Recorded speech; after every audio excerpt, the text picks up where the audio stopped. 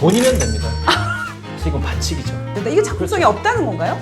대표적으로 그 10대 굉장한 논란이 나왔어요. 사랑을 막고 연애를 막고 섹스를 막는 게 아니라 임신을 막아야 된다. 철학을 하고 있는데 그게 드라마가 된다는 게 너무 신기했어요. 사대문안에만 가능한 거 아니야? 아니면 강남에만 가능한 거 아니야? 그렇지. 강남에만 가능한 스토리야. 어? 그 노른자와 흰자라고 비교를 했는데 그 지역적인 문제가 어떻게 보면 더 야, 이 겉모습은 다들 20, 30대인데 속은 다 50대네. 저는 손석구의 몸이 다른 그 배우들의 몸에 비해서 상당히 현실적으로 느껴요. 어떻게 안 보일 수가 있죠, 전혀 그게? 우리는 사실 참 많이 경계에 있어요. 언니도 그거 봤어. 안녕하세요. 오늘 새로운 코너 론칭입니다. 박언니의 다른 생활에 재능 기부를 해주고 계신 분이시죠. 읽을래 옹 김원식 박사님. 이 박사님께서도 문화평론가시잖아요. 그래서 제가 저는 문화 콘텐츠 박사입니다.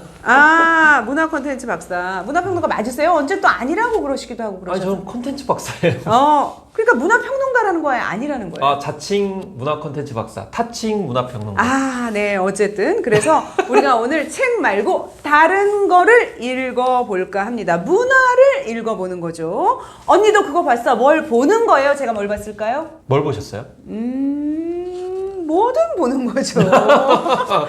뭐 영화도 있고 드라마도 있고 뭐 많잖아. 유튜브도 책만 있고. 보실 줄 알았어요. 난 것도 좀 봐야지. 그렇지. 어떻게 책만 보고 살아요.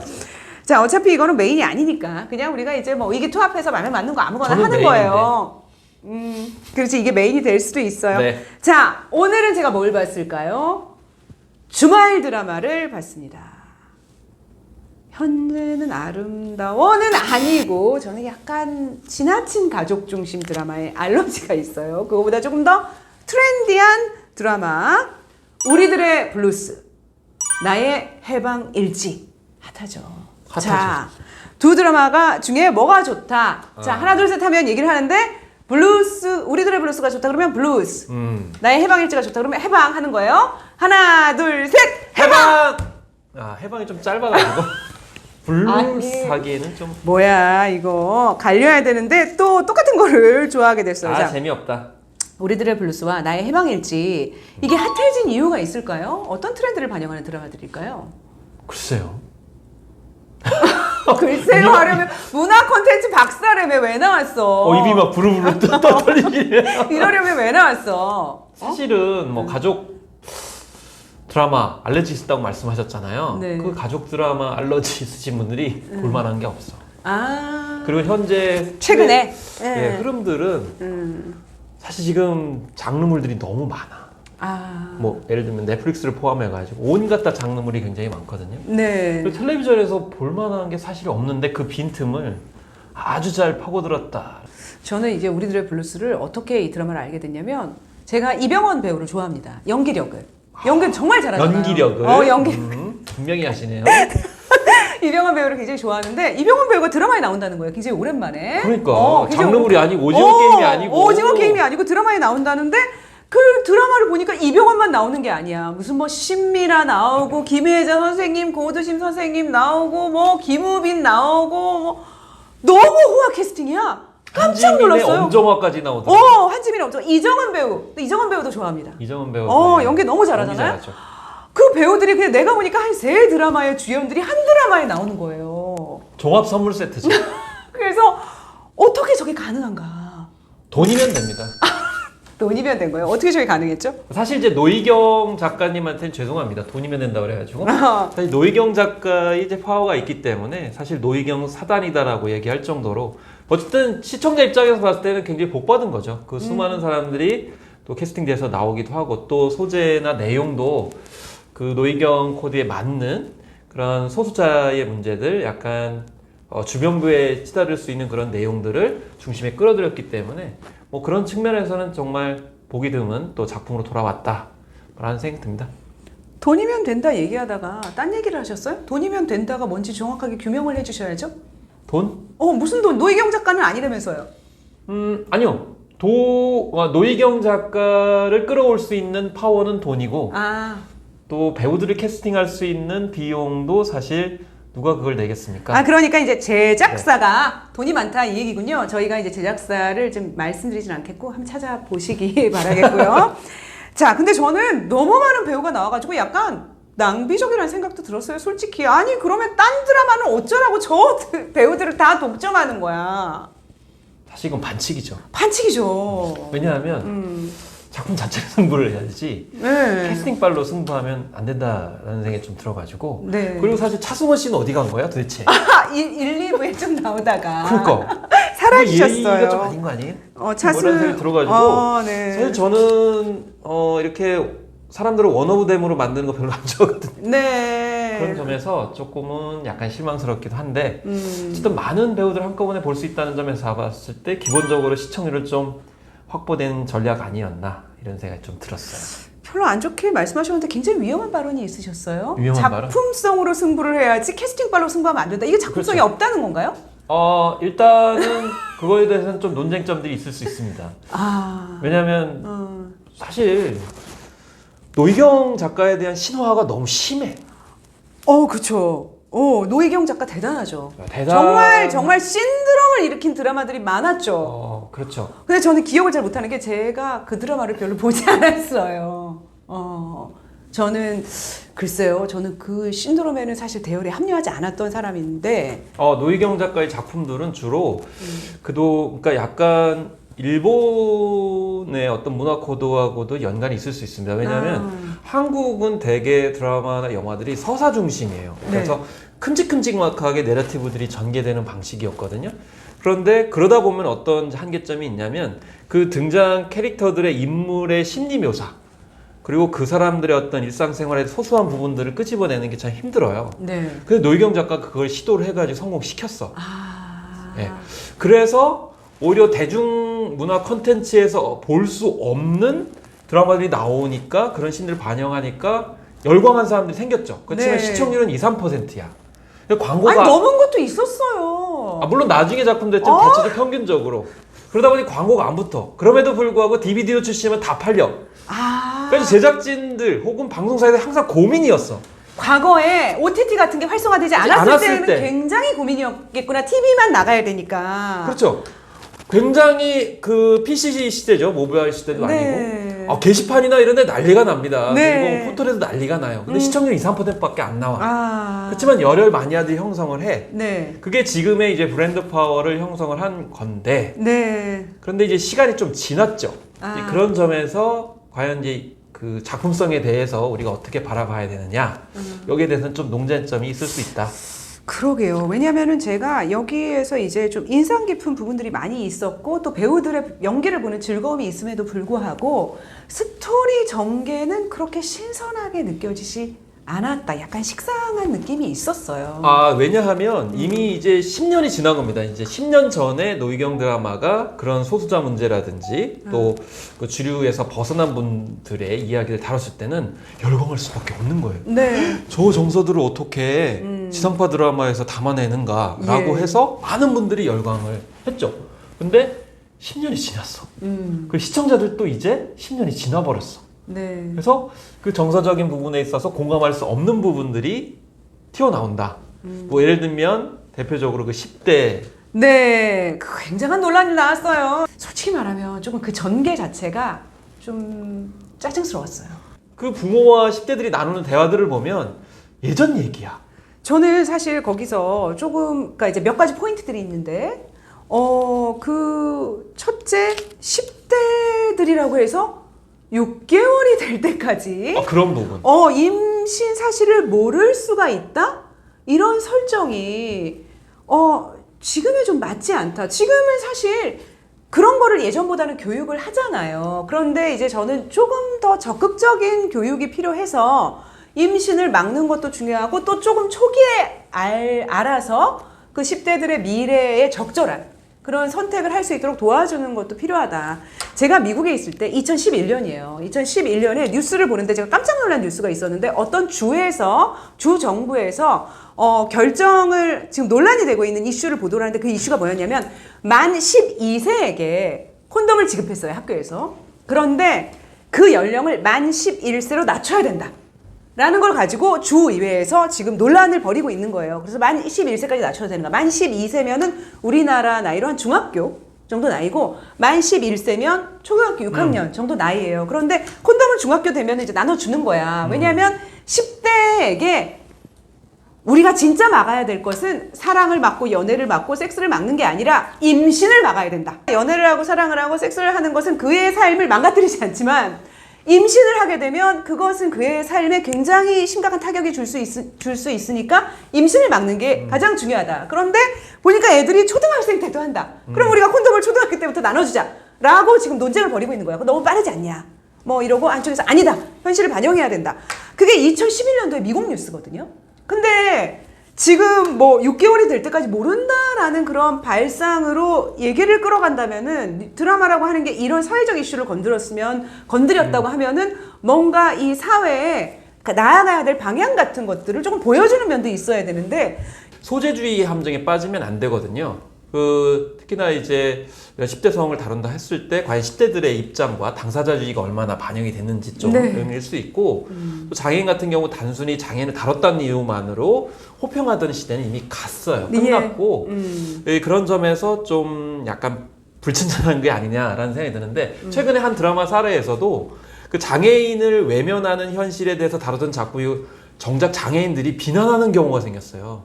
뭐냐면 휠체어가 너무 옛날 휠체어가 등장을 한다는 거지. 요즘은 더 편리하고 더 컴팩트하고 더 이동하기 편한 휠체어가 나오는데, 그리고 어떤 여성이 장애인이 이렇게 자기 가는 데 있어 딱 걸리니까 거기서 화를 내고 이런 장면, 요즘에 그렇게 하지 않거든요. 그쵸. 그런 변화된 인식들을 반영하는 것이 사실 리얼리즘이고 현실주의인데. 네. 아니 근데 저는 장애우를 다룬 부분에서는 조금 굉장히 인상 깊었던 장면이 있었어요. 뭐냐면 이제 정은혜 배우 맞죠?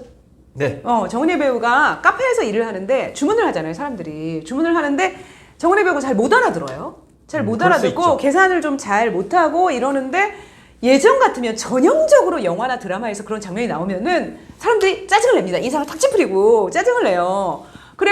그런데 거기에 나오는 사람들은, 물론 그게 이제 거기에 오시는 분들이 여기에는 장애우 분들이 이제 일하시는 곳이라는 거 알 수도 있지만, 주문을 하다가 잘 못 알아들으면 다시 말해요. 마치 아무 일도 없었던 것처럼. 그리고 또 주문을 하다가 계산을 또 잘못하면 옆에서 또 얘기를 하는데 또 마치 아무 일도 없었던 것처럼 반응을 하는 거예요. 그래서 그게 우리가 이제 그런 거잖아요. 장애우를 계속 장애인들을 장애인이라고 얘기를 하는데, 문제는 뭐냐면 멀리 있어. 내 옆에 있지 않아. 내 옆에 일상적으로 있는 일부러 받아들이지는 않아. 그래서 우리가 특수학교에 뭐 지원을 더 해줘야 되고, 이를테면 뭐 님비 현상은 안 돼. 특수학교 여기 들어오는 걸 막지 말아야 되고. 그런데 우리 사회가 아직 거기까지는 가지 못했거든요. 장애우가 내 일상에 계속 등장하는, 그래서 그냥 일상에 그냥 계속 있는 그런 데까지는 등장하지 못했는데 그런 모습을 보여줬다. 그래서 이 부분에서는 조금 그 소재주의의 문제는 있지만 그 소재를 다루는 관록은 있다. 다만 좀 여전히 아쉬운 것은 한재민 씨를 중심으로 여전히 이야기가 전개가 된다. 네. 정작 정은혜 배우가 자기의 어떤 생각이라든지 이런 것들을 좀 내밀하게 전달하는 것이 필요한데, 네. 그런 점들이 좀 아쉬웠다라는 그러네요. 것이고요. 이 제주라는 배경을 선택한 부분에 대해서는 어떤 걸 생각해 볼 수 있을까요? 사실 제주라는 것도 결국 한 10여 년 전에 이 제주를 선택했다 그러면 더욱더 큰 의미가 있었을 거라고 생각이 들어요.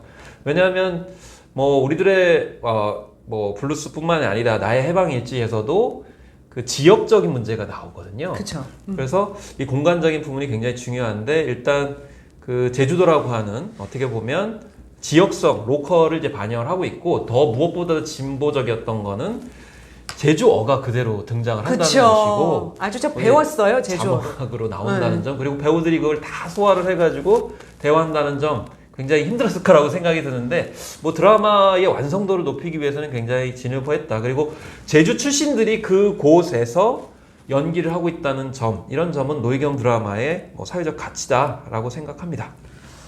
문화평론가 맞으시는데? 너무 좋아하시는데? 지금 이 얘기를 하는데? 네?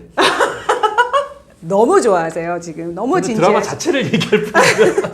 거꾸로 약간 트렌디한 면이 있다라는 생각이 들었어요. 왜냐하면 개인주의를 막 외쳤잖아요, 우리 사회가. 그리고 이제 뭐 그 젊은 세대들이 그 공동체주의 문화로부터 벗어나기를 막 원했던 그런 시기가 있었잖아요. 그런데 코로나19로 인해서 벗어나고 싶지 않아도 다 벗어났어요. 다 각자 벗어났어요. 뭐 만나기 싫은 사람 안 만나도 되고, 뭐 가족 모임 같은데 안 가도 되고, 그거 다 벗어났어요. 벗어나면서 조금 그 공동체라는 우리가 문화라는 말을 붙여서 그렇지, 더불어 사는 삶, 그거는 인간의 어떤 존재적인 형태거든요. 인간이라는 존재 자체가 같이 사는 존재잖아요. 혼자 살지 않는. 그래서 사회적 동물이라고 하잖아요. 그런 더불어 사는 것의 그 모습으로 좀 다시 좀 돌아가서 새로운 더불어 사는 모습에 대해서 찾고 싶은 그런 어떤 욕구도 생겼다. 일단 저는 신민아 씨가 등장했을 때 좀 사실 제주도로 돌아가려고 하잖아요. 네. 그래서 사실 제주도에 있는 분들이 이제 육지로 나와가지고 생활을 적응하려고 하는데 사실 또 제주도의 삶을 그리워하기도 하는 그런 면들을 보여준다는 것이 이제 우리 한국의 어떤 경제 개발사나 뭐 서울 중심의 그런 생활 문화들을 좀 되짚어보는 그런 역할도 충분히 한다고 생각이 들고, 또 이병헌 씨를 좋아한다고 말씀하셨기 때문에 네. 이병헌 배우를. 배우를. 그래서 이병헌 씨가 거기 일종의 만물장사 비슷하게 이동을 하는데도 불구하고 뭔가 따뜻한 그런 온정을 가치를 가지고 있는 캐릭터로 등장한다는 것이 개인주의를 넘어서서 약간 지역 공동체의 장점을 부각해 준다는 점을 뭐 코로나19와 연관시켜서 말씀하실 수도 있는데, 다만 계속 가. 아니요. 계속. 저는 이제 서산이 고향인데 네. 그런 지역의 한계도 있어요. 너무 낭만화해서 보면 안 돼요. 왜냐하면 한 집 걸러서 다 안다는 거는 어떻게 보면 안 좋은 소문까지도 다 공유를 하는 걸 말해요. 그러니까 여기서도 사생활 그렇죠. 보호가 없어요. 여기서도 그렇죠. 네. 그렇기 때문에 저는 단순히 낭만적으로 보기보다는 네. 약간 느슨한 연대가 필요한 시대가 아닌가라는 생각이 좀 합니다. 네. 그래서 연대 자체가 끊어지는 것에 대해서는 조금 우리가 두려움이 있었다. 연대를 너무 밀접하게 네. 하지 말고 네. 약간의 거리 두면서 연대를 했으면 좋겠다라는 생각을. 숙제예요. 우리 사회는 과거에 공동체가 굉장히 강했고 또 그렇죠. 개인주의 문화가 이제 새롭게 대두됐던 또 문화이기 때문에 그거의 융화를 찾아가는 게 한국 사회의 숙제라고 할 수 있죠. 나의 해방일지, 우리 둘 다 나의 해방일지가 좋다고 했으니까 네. 왜 좋았는지 제가 먼저 할게요. 저는 뭐 네. 깊이 고민하지 않았기 때문에 좋습니다. 저는 이 드라마가 분명히 철학을 하고 있는데 그게 드라마가 된다는 게 너무 신기했어요. 철학적인 심오하시다. 고민을 하고 있거든요. 거기에 나오는 뭐 캐릭터라든지 그들이 살아가는 삶의 방식이라든지 주인공들이 굉장히 이게 고민 안 하신 거예요? 철학적 고민을 하고 있는데 와. 그게 드라마로 돼서 드라마가 된다는 거는 공감을 하게 만든다는 거거든요. 공감을 하게 만들 수 있는 그 작가의 힘이 대단하다고 느껴졌어요. 사실 저는 이게 이제 나의 아저씨 작가잖아요. 나의 아저씨라는 전작이 있었는데 사실 저는 그 전작에서는 사실 좋았지만 좀 공감이 안 되는 포인트들이 많았어요. 너무 좋은 사람이 나와. 어떻게 그렇게까지 사람이 좋을 수 있는지 모르겠어. 전 너무 단순한데. 단순하게. 단순합니다. 네. 여기가 어쨌든 간에 공간적 배경이 이제 산포시에서 서울로 출퇴근하는 사람들의 이야기잖아요. 네. 물론 저는 안양에서 산 적이 있어요. 근데 실제로는 뭐 이게 산본과 군포시를 결합해 놓은 거 아니냐 이렇게 얘기를 하는데, 네. 근데 산본과 군포는 그렇지 않거든요. 그렇지 않아요. 물론 뭐 거기서 마을버스를 타고 더 가는 곳이다 이렇게 뭐 설정을 했다고 하지만 얼핏 들으면 산본과 군포가 이러냐 이렇게 할 수 있는데 사실은 좀 더 멀리 더 가요. 느낌상으로. 그렇지만 느낌상으로. 제가 공유하는 건 뭐냐면 굉장히 출퇴근 길이가 굉장히 긴 곳에 왔다 갔다 하면 너무 삶이 피폐하거든요. 예. 그렇게 처음에 드라마가 그런 부분을 많이 보여주거든요. 야, 그래서 굉장히 감정이입을 많이 하게 됐고 좀 더 심각하게 약간 덧붙이면, 아니 신도시를 그따위로 개발해가지고 너무나 고생을 많이 한다는 거죠. 실제로 연구 결과를 보면은 1시간이 넘어가면 가족이 깨질 확률이 높대요. 네. 왜냐면 너무 피곤하니까 배우자나 가족들한테 이게 제대로 감정 표현도 못하고 짜증을 부리게 되고 이런 상황이 벌어지기 때문에 우리 삶의 주거 공간을 왜 이따위로 개발해가지고 모든 책임을 개인한테 하나. 사실 드라마 관점에서 보면은 저는 불만이었던 게 뭐냐, 다 서울 중심이야. 기존의 드라마. 네, 왜냐하면 생각해보세요. 퇴근해가지고 신나게 회식을 해. 저도 가끔씩 하루가 너무 길어. 하루가 길어. 다시 또 연애하러 가. 그러니까. 연애하러 헤어졌어. 네. 근데 헤어졌는데 뭔가 위기 상황이 벌어져서 애인이 불러. 그럼 다시 또 버스 타고 가. 아니 도대체 하루가 몇 택시 타고 시간인지 모르겠어 정말. 그럼 서울 안에 사대문 안에만 가능한 거 아니야? 아니면 강남에만 가능한 거 아니야? 그렇지. 강남에만 가능한 스토리야. 경기도로 넘어가게 되면 더 이상 택시도 안 잡혀. 경기 택시가 서울로 갈 수 없대. 그래서 과천에 네. 막 끊겨. 예. 더 이상 넘어갈 수 없어요. 네, 느껴져요. 느껴져요? 정말 경기도에 살면서 단순합니다. 얼마나 많은 힘듦이 있었지. 근데 지금 아니, 여기 우리 지금 도와주러 온 내 후배 경기도 안산에 살았는데 자기 해방일지 안산? 보면서 예전에 아. 안산에 살았을 때 그 생각이 나가지고 너무 공감이 된다는 거야. 남태령 건너오기가 너무 힘들어. 남태령 지하철 터져. 근데 그래서 지금 이 얘기를 듣다 보니까 아까 그 우리들의 블루스하고 비교되는 지점이 우리들의 블루스는 진짜 옛날에 서울 수도권과 지역의 문제를 다뤘는데 이거는 그거보다 더 인구가 많아진 그 인구가 많아진 수도권 인구가 사실 지역 인구보다 지금 더 많잖아요. 그러니까 수도권 내부의 그 어떤 지역적인 문제, 서울과 그 외의 곳, 그 노른자와 흰자라고 비교를 했는데 그 지역적인 문제가 어떻게 보면 더 이 시대에 중요한 그런 지역 문제일 수 있겠네요. 그걸 한 번도 드라마가 다룬 적이 없다는 거예요. 네, 근데 굉장히 직설적으로 다르죠.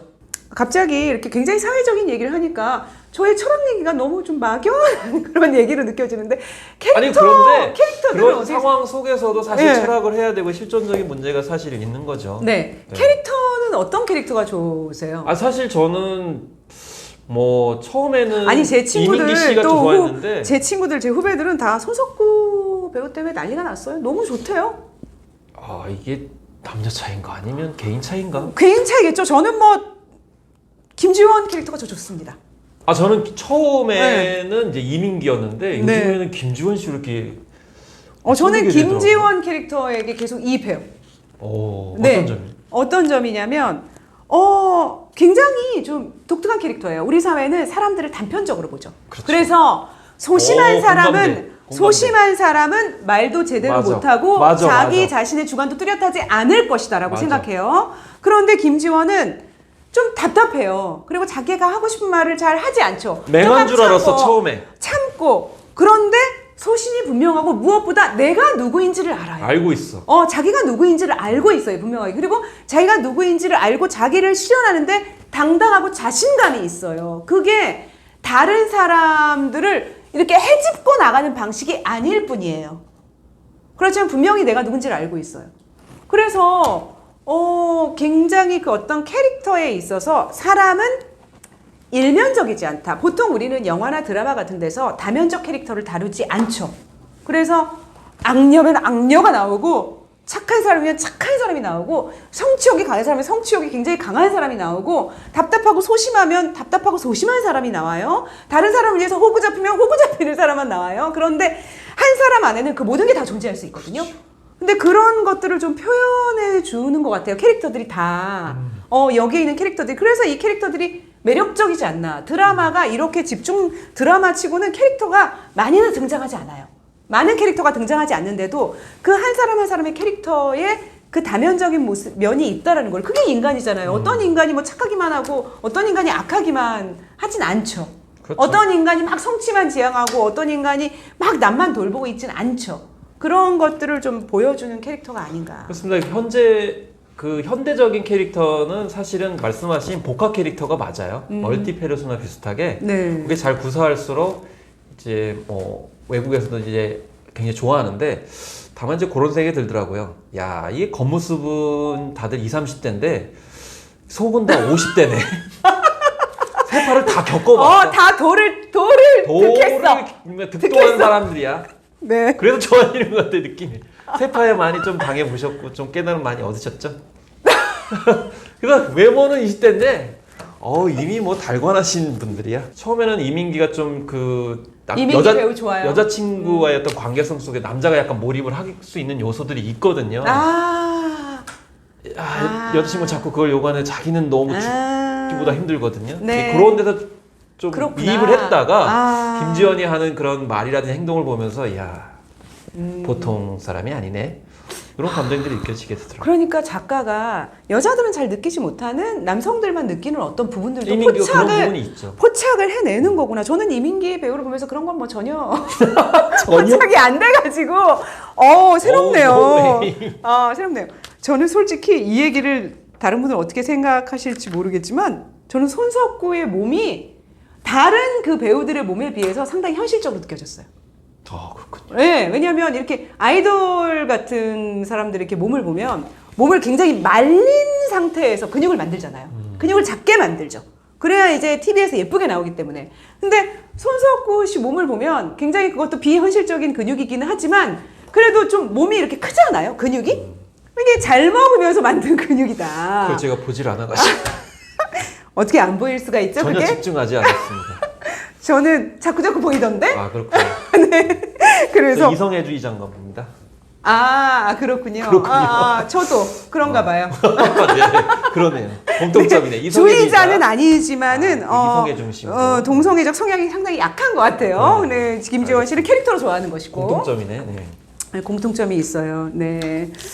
지금의 트렌드는 제가 봤을 땐 경계인 것 같아요. 그래서 경계. 뭐 예를 들면 기존의 로컬을 다루면은 아예 뭐 제주도, 아예 강원도, 아예 뭐 저기 전남거래 가서 네. 사투리 막 구수하게 쓰고 복장 자체도 별도로 이렇게 한다는 거죠. 근데 저는 해방일지를 보면서 이거 지역도 아니고 서울도 아니고 그런 경계에 있는 사람들의 어떤 모습들 이런 점들을 보여주는 것이 저는 이제 사회적 트렌드이기 때문에 그러네요. 좀 더 별표 하나를 더 주고 싶다.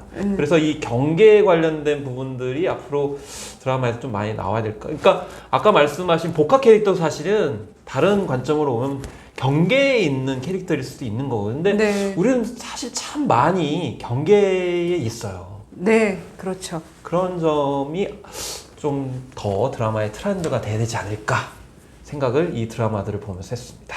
이 영상이 촬영되는 순간은 오늘 밤 나의 해방일지는 마지막 회를 앞두고 있는 상황인데 우리들의 이 얘기가 이 드라마가 OTT에서 계속 나올 때 계속 유효한 그런 얘기였으면 좋겠네요. 반드시 보셔야 될걸요? 자, 정말 문화평론가다운 모습 오늘 또 새롭게 정말요? 봤고요. 네. 네. 읽을 내용인데 드라마를 읽으신다면서요. 또 레오. 다음에 영화도 읽어보도록 하겠습니다. 알겠습니다. 오늘 고맙습니다. 감사합니다. 언니도 그거 봤어. 계속 기대해 주시고요. 고맙습니다.